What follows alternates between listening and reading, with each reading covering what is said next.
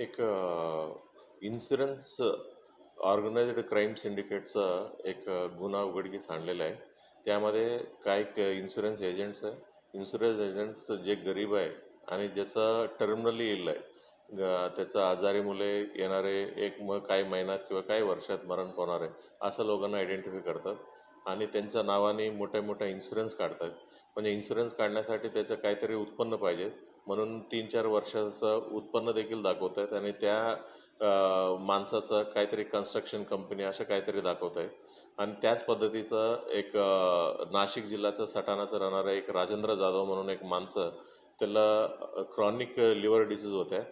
त्यांच्या नावाने एक कन्स्ट्रक्शन कंपनी ओपन केलं होतं इन्शुरन्स एजंटनी आणि त्याच्यानंतर त्यांच्या नावाने इन्शुरन्स देखील काढले होते. म्हणजे श्रीराम फायनान्सला 50 लाख आणि इतर सर्व कंपनीला मिळून 7.5 करोड अंदाजे इन्शुरन्स काढले होते. त्या माणसाचा, राजेंद्र जाधवचा, फेब्रुवारी 2024मध्ये मयत झाला होता, नॅचरल डेथ. त्यांनी जे इन्शुरन्स एजंट्स आहेत तेव्हा त्यांना काय करता आलेलं नाही आहे. म्हणजे नॅचरल डेथ झाल्यामुळे त्यांचे कोणताही इन्शुरन्स मिळालं नाही आहे. त्यांनी ओव्हरऑल प्लॅनिंग केलेलं आहे. प्लॅनिंग करून एक एप्रिल 2025मध्ये एक बनावट ॲक्सिडेंट तयार केलं. ते बनावट ॲक्सिडेंट जे मेहुणबारा पोलीस स्टेशनमध्ये एका रोडवरती केलं होते. मग ऑलरेडी त्यांनी प्लॅन केलं होतं की हॉस्पिटलमध्ये जाणार. जे हॉस्पिटलमध्ये डॉक्टर आहे ते कॉम्प्रोमाइज झालं होते. त्यांनी बॉडी कोणता समोर नसताना MLC काढला आणि आपलं पोलीस कर्मचारी चाळीसगाव शहर पोलीस स्टेशनचा 2 कर्मचारी देखील त्यांचं ही कॉन्स्पिरसीमध्ये सहभाग घेतला.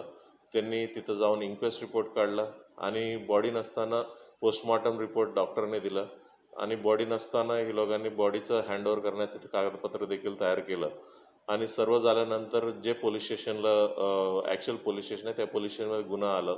त्या गुन्हा आल्यानंतर ज्या रोडवरती त्यांनी सांगण्यात आलं होत्या त्या संबंधित बीट अंमलदारकडे तपास गेला. तपासादरम्यान त्यांनी जे गाडी ॲक्सिडेंटमध्ये इन्वॉल्ड आहे, जे 2 व्हीलर आहेत, 4 व्हीलर आहेत, दोन्ही पोलीस स्टेशनचं सरेंडर केलं. ते साक्षीदार देखील सरेंडर करण्यात आलं होत्या आणि आरोपीनं देखील तो सबमिट केलं होतं पोलीस स्टेशनमध्ये. सर्व जे प्रोसिजरप्रमाणे ते इन्व्हेस्टिगेशन झालं आणि त्याच्यानंतर चार्जशीट देखील झाल्या होत्या.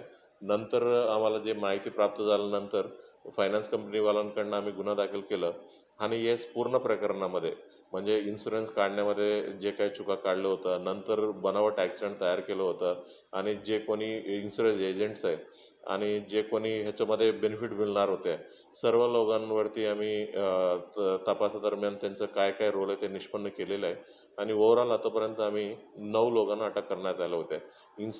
त्याच्यापैकी इन्शुरन्स एजंट्स आहे प्रवीण पाटील, प्रेम पाटील अशा 2 लोक आणि त्याच्यानंतर डॉक्टर आहे, डॉक्टरचं नाव आहे डॉक्टर मंदार कलंबेकर आणि त्याच्यानंतर पोलीस आहे. पोलीसपैकी 4 लोक आहेत. सचिन निकम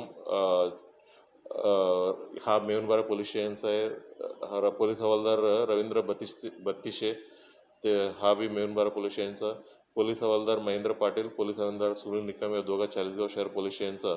आणि त्याच्यानंतर जे मयत झालं होतं त्याचं वाईफ आहे अरुणा राजेंद्र जाधव आणि मयत झालेल्या माणसाचा भाऊ आहे एक मिथुन जाधव. असं एकूण 9 आरोपींना आम्ही अटक करण्यात आलेलं आहे. पुढील तपास आमचे चालू आहे. सर, हे जे संपूर्ण प्रकरण आहे ते विमा कंपनीने स्वतः इन्व्हेस्टिगेशन केल्यानंतर समोर आलं होतं. हां, विमा कंपनीला देखील म्हणजे त्यांचं ओव्हरऑल क्लेममधून त्यांना डाऊट आले होते. त्यांच्या टीम देखील म्हणजे त्यांचं स्पॉट व्हेरिफिकेशन जेव्हा करायचं होतं ते स्पॉट व्हेरिफिकेशन वगैरे सर्व करत चालू त्यांचं केलेलं आहे. म्हणजे एक्झॅक्टली ते माहीत झालं होतं त्या माणसाचा घरी गेलं ही सर्व गोष्टी त्यांनी बघितल्यानंतर त्यांनी संशयास्पद ओव्हरऑल विषय आहे असं आम्हाला रिपोर्ट दिलं होतं सुरुवातीला. मग त्याच्यावरती एन्क्वायरी करून आम्ही पूर्ण बाकी जे सर्व गोष्टी क्लिअर कट आम्ही माहिती इन्व्हेस्टिगेशनमध्ये निष्पन्न केलेलं आहे. याच्यात फिर्यादी विमा कंपनीचे अधिकारी बरोबर आहे. श्रीराम फायनान्सचा जे रिप्रेझेंटेटिव्ह आहे तो फिर्यादी आहे. सर, याच्यात श्रीराम फायनान्सचा आणखी कोणत्या कंपनीचा विमा काढला होता काही? ओव्हरऑल 7-8 कंपनीच्या काढल्या होत्या. पास करून घ्या सांगतो. ते राजेंद्र जाधवचं नाव आणि श्रीराम फायनान्समध्ये Bajaj Allianz life insurance, Birla life insurance, PNB MetLife India insurance company, Canara HSB OBC life insurance company, HDFC life, HDFC Ergo, Tata AIG life insurance, Zurich Kotak general insurance company, ICICI Lombard general insurance company आणि care insurance असं सर्व मिळून 11 कंपनीमधून त्यांनी insurance काढण्यात आले होते. आत्तापर्यंत त्यांच्या इन्व्हेस्टिगेशनमध्ये, प्रिलिमिनरी इन्व्हेस्टिगेशनमध्ये त्यांना अजून काही क्लॅरिटी नाही मिळाल्यामुळे त्यांना अजून काही सँक्शन केलेलं नव्हत्या म्हणून. हा जो मयत व्यक्ती होता हा याची पार्श्वभूमी काय झालेली? एकदम गरीब कुटुंब आहे, मजदुरी करण्याचं पार्श्वभूमी आहे. किती रक्कम घेतलेली आहे त्यांनी आतापर्यंत विम्याची काही समोर आले का? काही पैसा नाही, त्यांना कोणताही पैसा दिलेला नाही आहे. म्हणजे त्यांचं प्रिलिमिनरी व्हेरिफिकेशनमध्ये ही सापडलं म्हणून म्हणजे त्यांना कोणताही पैसा त्यांच्या हातात दिलेला नाही.